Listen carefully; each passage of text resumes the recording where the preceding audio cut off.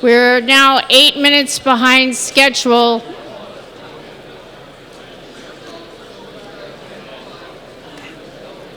The next panel is titled The Gun Rights Battle from a Media Perspective. We will start with Beth Baumann, who is an associate editor at Town Hall. Thank you.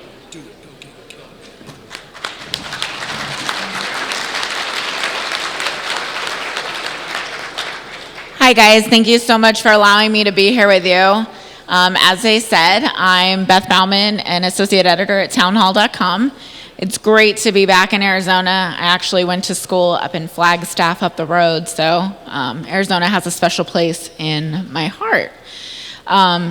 It's awesome to see so many freedom-loving Americans in one place, especially considering what we're going through right now and the battle we're facing. You know, every election cycle we hear this is the biggest, most important election of our lifetime. We have to vote. We have to get people out there to knock on doors, to make phone calls, and to vote. And I think it's safe to say that this is the most important election of our lifetime. We have Beto O'Rourke. We have him coming out saying, you know, let's ban assault weapons. Let's buy back rifles. He wants to get rid of our guns. And for the longest time, the left has told us that we're wearing tinfoil hats, that we're crazy. And what do they always say? We're not coming for your guns. You guys are just crazy. It's not the case. They have made it very clear that this election cycle is about three things: Medicare for all, gun rights, and abortion. And not necessarily in that order. As I read stories and pick and choose, because there's so many things going on, pick and choose what I write about and what I cover, I frequently find myself frustrated at how mainstream media, or as I call them, the lamestream media, decides to cover these issues that are important to us. Well, they see a black gun, a big, black, scary, super shooty rifle, super shooty. You know, the bigger, the blacker, the scarier it is. And I always say, you know, maybe we should Cerakote them purple and see what they think. Bet you they wouldn't even know the difference between them. They don't understand that this is more than carrying a piece of metal for self-protection. This is about defending the Constitution. And look around. We're pretty diverse. We're more diverse than they give us credit for. What do they always say gun owners are? Old, white. And it's not the case. The fastest growing population of new gun owners are like me. Millennial women. And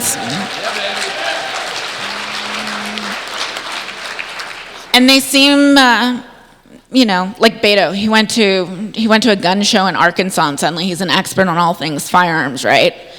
The one lesson he missed, though, Moan Labe. And it's the most basic one of them all. And it's not about coming and taking our firearms. It's about taking our right to choice. Everything is about choice. And in this election cycle, we're having to choose between those who are going to shred our Constitution. And I'm not talking just about the Second Amendment. I'm talking about the First Amendment, the Second Amendment, all the amendments that come with red flag laws and the lack of due process. You have people like Jerry Nadler. I got my start because I'm a fan of, you know, civil rights and protecting them. The dude doesn't even want people to have a hearing before our rights are taken away. Talk about ironic, right? As we go about our day, I want you to think about something.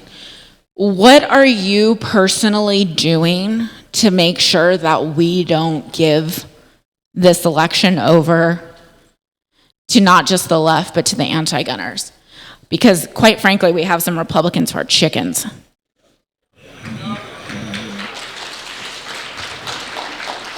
they face this pressure of doing something. Let's push some paper here. Let's say we're going to suddenly fix the mass shooting crisis carried out by psychos who want to do nothing but harm others. But what they're doing is they're telling people like me who have been the survivors of sexual assault that our rape whistle failed us once and it's okay if it fails us again. And I'm not okay with that. And it's interesting to watch them try to argue that, especially when I have these anti-gun guys say, you should be really afraid of a gun because it's more likely to be used against you than you defending yourself. And I say, you know what? I will take that chance every time because I know what it's like to not have it.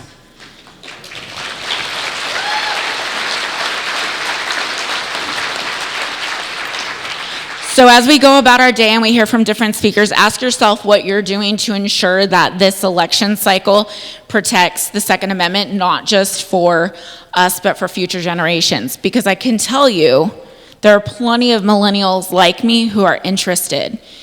And don't let them be afraid to ask questions. Love you, gunnies, but we're really great at pushing people away when they have questions. Clip, that's a magazine. Come on, we have to take in new shooters.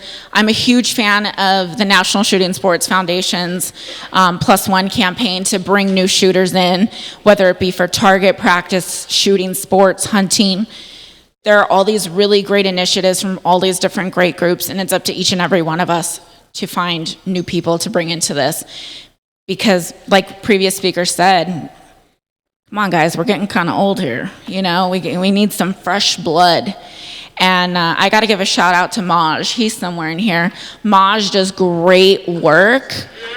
He does phenomenal work in our inner cities to get different people in and to bring a different voice.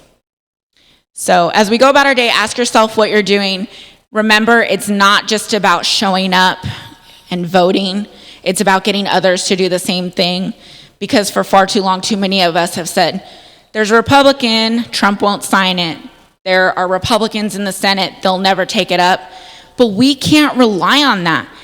And I've said that for time and time again, and especially with these red flag laws coming up and universal background checks, they're proving that it doesn't matter what letter is behind your name.